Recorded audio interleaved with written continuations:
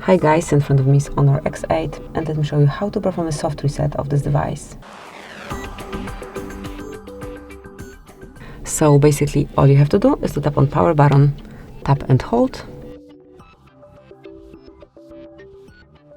keep holding,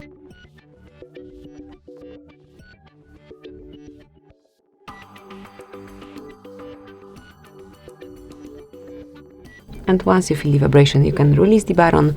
Within a couple of seconds it would be rebooted and you'll be able to use it again.